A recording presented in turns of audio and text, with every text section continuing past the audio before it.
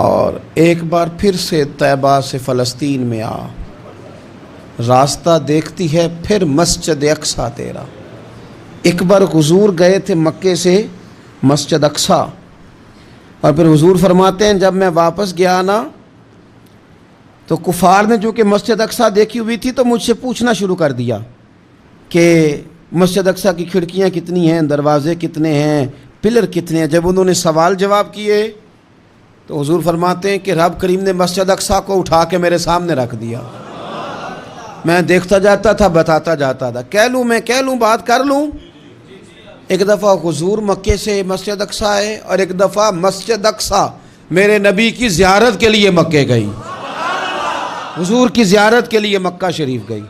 اور میرے نبی تو صرف کسی چیز کی طرف ایک دفعہ دیکھ لیں تو وہاں رحمت کے پھول کھلتے ہیں۔ مسجد اقصیٰ کی طرف منہ کر کے 17 مہینے میرے نبی نے نماز پڑھی ہے۔ مسلمانوں پتہ ہی کوئی نہیں، ہماری خبریں ہی اور ہیں، ہمارا درد ہی اور ہے، ہمیں پتہ ہی نہیں بم کہاں برس رہے ہیں، ہمیں یہ خبر ہی نہیں۔ اور میں اس دور میں تقریریں کر رہا ہوں جہاں سوتوں کو جگانا نہیں پڑتا، جاگتوں کو جگانا پڑتا ہے۔ سیانے لوگوں کو سمجھانا ہمارے ذمہ لگ گیا، کیا کریں؟ اس قوم کو سکھانا پڑتا ہے جسے پتہ سارا ہے، لیکن جان بوجھ کے آنکھیں ہماری بند ہیں۔ یہ مولوی کو بات کرتا تو لوگ کہتے دیکھو مولوی گالی دیتا ہے، لیکن اگر قائد اعظم محمد علی جناح کہے کہ اسرائیل امریکہ کی ناجائز اولاد ہے تو پھر تو تمہیں ہضم کر لینا چاہیے نا، پھر تو لیبرل کو بھی ہضم ہونا چاہیے نا کہ قائد اعظم نے کہا ہے، اور اس ناجائز بچے کو تم نے اتنی طاقتیں دے دی کہ وہ مسلمانوں کے قبلہ اول میں نماز پڑھنے والوں کو بھی نہ بخشے۔ کہاں گئی تمہاری وہ انسانی حقوق کی بڑی بڑی تنظیمیں، کدھر گئی؟ اور میرا پاکستانی میڈیا سے بھی سوال ہے، چند دن پہلے سیالکوٹ میں ایک واقعہ ہوا، ناانصافی ہو گئی جی، ناانصافی ہو گئی جی ایک بی بی کے ساتھ۔ ہر بندے نے شور مچایا، بڑے بڑے طوفان اٹھتے ہیں، کیوں ہوا جی کیوں ہوا؟ تو مسجد اقصیٰ کی توہین ہو گئی تو پھر طوفان کیوں نہیں اٹھا؟ ٹاک شو کیوں نہیں ہوئے؟ بحثیں کیوں نہیں ہوئی؟ میں اس موم بتی مافیا کا کیا کروں؟ ان لبرل لوگوں کا کیا کروں؟ ان کے سپورٹروں ووٹروں کا کیا کروں؟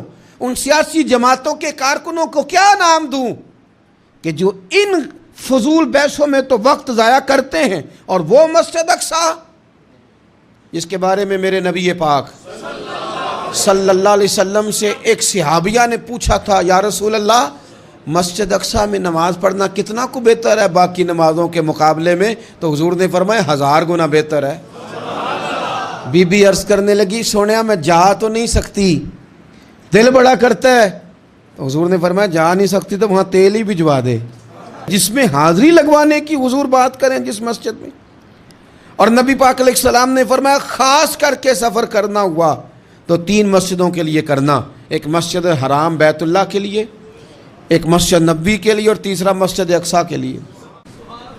اور ایک بار پھر سے طیبہ سے صلی اللہ تعالی علیہ وسلم نے ارشاد فرمایا ایک بستی میں 2 3 4 نیک لوگ رہتے تھے۔ میرے پیارے کریم رسول فرماتے ہیں 3 4 بڑے پرہیزگار متقی صاف ستھرے صوفی صاحب، درویش صاحب، علامہ صاحب، بڑے جو کہتے تھے بالکل جی میں کوئی بات نہیں کرتا، کسی بادشاہ کو نہیں چھیڑتا، میں تو بس لوگوں کو اللہ اللہ بتاتا ہوں، میرا کوئی تعلق نہیں، کوئی مرے کوئی جیے، بڑے نیک صاف ستھرے پرہیزگار۔ باقی ساری بستی گناہ کرتی تھی۔ نبی پاک علیہ السلام فرماتے ہیں رب کریم نے کچھ عرصے تک مہلت دی، پھر مشیت خداوندی اللہ کا قانون حرکت میں آیا تو کہا جبریل ساری بستی تباہ کر دو، تباہ کر دو۔ اللہ مہلت دیتا ہے، مہلت دیتا ہے۔ ہم لوگ سمجھتے ہیں نہیں ہماری سیاسی چالیں صحیح چل رہی ہیں، اللہ مہلت دیتا ہے۔ رب کریم نے فرمایا جبریل انہیں تباہ کر دو۔ حضرت جبریل امین علیہ السلام نے عرض کی مولا وہاں تو تیرے 3 4 بڑے نیک بندے بھی رہتے ہیں، بڑے پرہیزگار، سچ بولنے والے، دیانتداری والے، حاجی صاحب، نمازی صاحب، صوفی صاحب، پیر صاحب، بڑے خوبصورت، ان کا کیا کریں؟ تو میرے محبوب پاک علیہ السلام فرماتے ہیں رب کریم نے فرمایا سب سے پہلے انہیں تباہ کرنا، سب سے پہلے انہیں سب سے پہلے، اور الٹ دو بستی، پہلے ان کا نمبر لگاؤ، یا اللہ ان کی کیا غلطی ہے؟ تو غلطی سن لیں، غلطی یہ ہے کہ انہوں نے 2 صفتیں پیدا کی ہیں، اگلی 2 پیدا کیوں نہیں کی؟ الا الذین آمنوا وعملوا الصالحات پہ روک کیوں گئے؟ آگے کیوں نہیں بڑھے؟ اللہ کریم نے فرمایا جبریل دیکھو نا، میری نافرمانی ہوتی رہی اور ان کے چہرے پر کبھی شکن تک نہیں آیا، لوگ میرا قانون توڑتے رہے، انہیں کبھی برا ہی نہیں لگا، گناہ دیکھ کر کبھی خیال ہی نہیں آیا بدلنے کا۔ میرے بھائی امت مسلمہ اپنے لیے تو آئی نہیں دنیا میں، نبی پاک کی اس لیے تھوڑے آئے تھے کہ پیسے کمائیں، دنیا داری کریں، جھوٹ سچ ماریں اور رخصت ہو جائیں، بچے پیدا کریں۔ یہ کام تو ہندو سکھ بدھ مت سارے کر رہے ہیں، تو فقط اس کام کے لیے تھوڑی آیا ہے۔ کنتم خیر امت اخرجت للناس، اللہ فرماتے ہیں میرے محبوب کے غلاموں تم بہترین امت ہو، میں نے تمہیں امتوں کے بھلے کے لیے پیدا فرمایا ہے، تمہیں لوگوں کی امامت کے لیے دنیا میں بھیجا ہے۔ اے نوجوان مسلم، کبھی یہ تدبر بھی کیا تو نے؟ وہ کون سا گردو ہے جس کا ہے تو ایک ٹوٹا ہوا تارا؟ تو نے کبھی سوچا ہے تو کیا ہے؟ پتہ ہے تجھے؟ روزی کماؤ، روٹی کماؤ، اور اب تو بہت سارے لوگ جھوٹ کی دنیا میں زندہ ہیں، جھوٹ بولتے ہیں اپنے آپ کے ساتھ دائیں بائیں، فراڈ کر رہے ہیں اپنی ذات کے ساتھ، خول بنا لیا اس میں بند ہو گئے، باہر ہی نہیں نکل۔ اپنے ملک کی سوچو، اپنی بات کرو۔ علامہ اقبال نے پتہ کیا کہا تھا؟ اقبال نے، یہ سنو، جو لوگ کہتے ہیں پہلے پاکستان، برما کے مسلمان بعد میں کشمیر کے مسلمان پہلے سنو اقبال کیا کہتے ہیں۔ اقبال کہنے لگے ان تازہ خداؤں میں بڑا سب سے وطن ہے، ان تازہ خداؤں میں بڑا کون ہے؟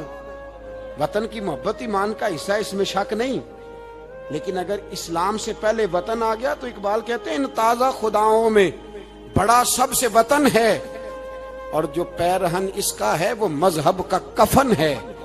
فرماتے ہیں جو وطن اوڑھ لیتا ہے اس نے اپنے مذہب کو دفن کر دیا۔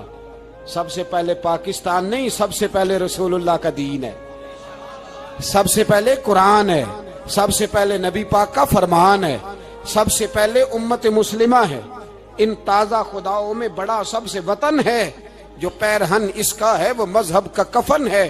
اور اقبال کہنے لگے قوم مذہب سے ہے، مذہب جو نہیں تم بھی نہیں۔ قوم مذہب سے ہے، مذہب جو نہیں، کوئی نہیں سمجھ آ رہی آپ کو میری بات؟ قوم کس سے ہے؟ پاکستانی ہونے سے، پنجابی ہونے سے، سندھی بلوچی پٹھان ہونے سے نہ، قوم مذہب سے ہے، اور مذہب جو نہیں تم بھی نہیں۔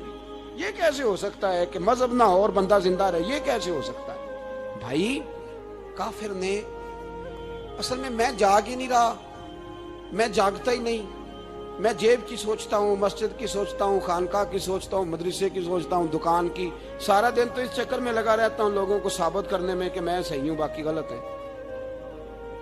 میں تو اپنی ذات کے خول سے اٹھ ہی نہیں رہا، اور مجھے یہ اندازہ ہی نہیں کہ لیبیا سارا کٹ گیا، مصر کے ٹکڑے ٹکڑے ہو گئے، مجھے پتہ ہی نہیں کہ شام، جس کے بارے میں میرے نبی پاک علیہ السلام نے فرمایا مکے اور مدینے کے بعد اللہ نے سب سے زیادہ برکتیں ملک کے شام میں رکھی ہیں، اور حضور نے فرمایا جس نے ہجرت کرنی ہو وہ شام جائے۔ اتنا اعلیٰ ملک سارا کٹ گیا، 4 ہزار لوگ ایک دن میں قتل ہو گئے، پر میرا گھر اب آباد ہے نا، کوئی حرج نہیں، وہ کٹتے ہیں تو وہ دور ہیں، کٹتے رہیں۔ فلسطین میں ہمارے ہاں معراج کی محفلیں بڑی جم کے ہوتی ہیں، سارے لوگ پڑھتے ہیں سبحان الذی اسریٰ بعبدہ لیلا من المسجد الحرام الی المسجد الاقصی۔ انہیں پوچھو روز قرآن مجید میں مسجد اقصی کا نام لینے والوں، تم مسجد اقصی کہتے ہو تو تمہیں اللہ کتنی نیکیاں عطا کرتا ہے، بتاؤ تو صحیح مسجد اقصی کدھر ہے؟ اور اب تو میری طرح کے مولوی آدھی حدیث سناتے ہیں، کہتے ہیں مسجد نبی میں ایک نماز پڑھو تو 50,000 کا ثواب، حرم شریف میں پڑھو تو 1,00,000 کا ثواب۔ مولانا حدیث یہاں سے شروع نہیں ہوتی، کھولو تو صحیح کنز المال، پڑھو مسند امام محمد بن حنبل، حدیث تو یہاں سے شروع ہوتی ہے۔ میرے نبی پاک نے فرمایا مسجد اقصی میں جس نے ایک نماز پڑھی 25,000 کا ثواب، اور میری مسجد میں جس نے ایک نماز پڑھی 50,000 کا ثواب، اور اللہ کے گھر بیت اللہ جس نے پڑھی 1,00,000 کا ثواب۔ مسجد اقصی کا تو ذکر ہی چھوڑ گیا ہے، کیوں؟ وہ مسجد جس کی طرف منہ کر کے 15 سال میرے نبی پاک نے نماز ادا کی. کس نے؟ بولیے گا.